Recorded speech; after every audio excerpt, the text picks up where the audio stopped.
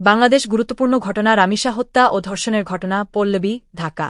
এটি একটি অত্যন্ত নৃশংস ঘটনা। ৭ ডিভিশন ৮ বছর বয়সী শিশু রামিসা আক্তারকে দ্বিতীয় শ্রেণীর ছাত্রী তার প্রতিবেশী সোহেল রানা ৩২ ডিভিশন ৩৪ ধর্ষণ করে নির্মমভাবে হত্যা করেছে বলে অভিযোগ।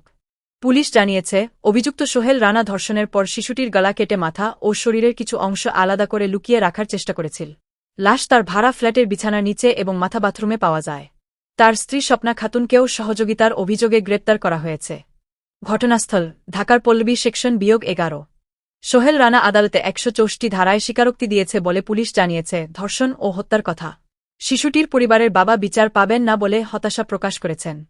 দেশজুড়ে প্রতিবাদ মানববন্ধন চলছে। ঢাকা বার অ্যাসোসিয়েশন অভিযুক্তের পক্ষে আইনি সহায়তা দেবে না বলে ঘোষণা করেছে। স্বরাষ্ট্রমন্ত্রী দ্রুত বিচারের আশ্বাস দিয়েছেন।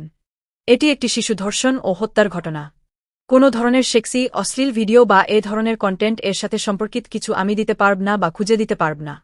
এটি অপরাধমূলক এবং শিশু নির্যাতনের সাথে যুক্ত।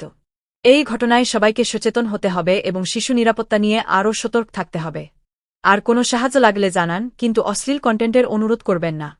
এই ভিডিওটা সবার কাছে শেয়ার করে দিবেন যাতে সবাই এই ভিডিওটা দেখতে পারে। কমেন্টে বলবেন এই মানুষটাকে কাজটা সঠিক করেছে এবং তাকে কি করা উচিত। কমেন্টে ভুলে যাবেন আপনারা সবাই।